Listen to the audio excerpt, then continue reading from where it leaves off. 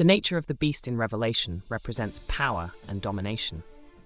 A conspicuous aspect of its features is violence, political violence and intolerance that produces assassinations and other hate crimes.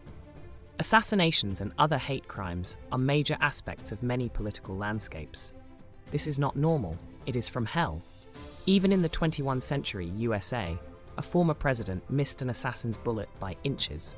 It is becoming evident that a security gap was created to pave the way to assassinate Donald Trump.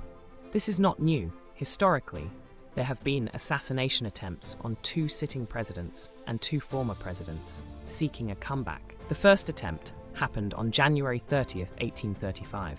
Andrew Jackson was a warrior president known for his fighting prowess and enigmatic features. While leaving House Chamber of the Capitol building, he was shot at, but the gun misfired. Andrew Jackson responded by attacking his would-be assassin with his walking stick.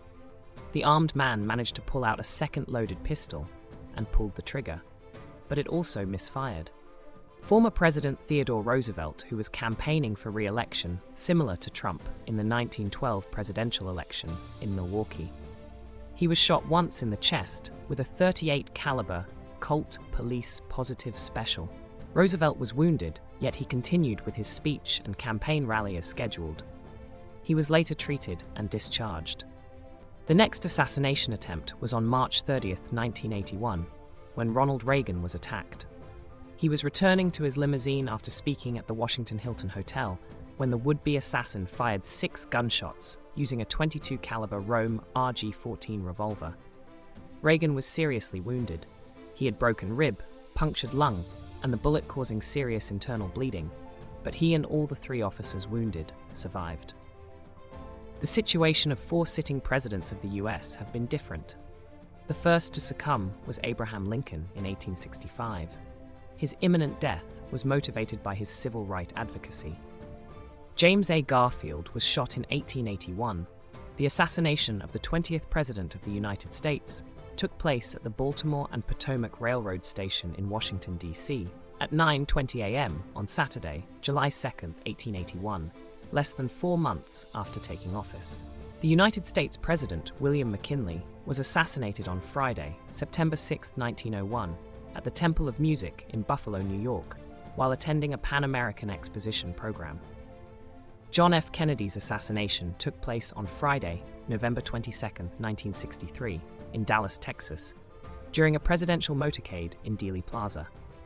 It is the most controversial of all the assassinations due to the suspicion of the involvement of state agencies such as the CIA, FBI, and the Secret Service in the murder. The same government agencies are suspected to be complicit in the attempted assassination on the Republican candidate, Donald Trump. In the turbulent history of the USA, civil rights activists stood as beacons of hope, yet their journey was marred by tragedy.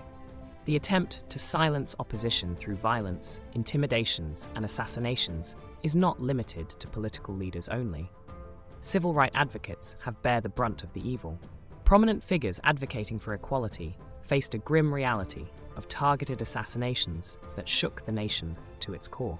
Between 1950 and 1970, assassination of minorities and civil rights activists took a rather violent turn, with the rise of armed violent groups such as Klansmen, the National States Rights Party, and other white supremacist groups.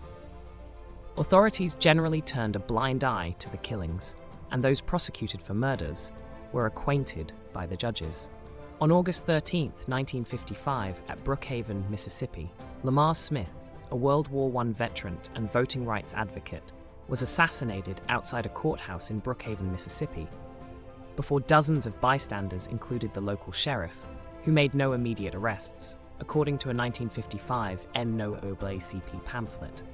The killer was never indicted because no one would admit they saw a white man shoot a black man. June 12, 1963, at Jackson, Mississippi, Medgar Evers, who directed NAACP operations in Mississippi, was leading a campaign for integration in Jackson when he was shot and killed by a sniper at his home. The all-white jury failed to reach a verdict, and the killer, a notorious white supremacist, was set free. Stay tuned for the next video.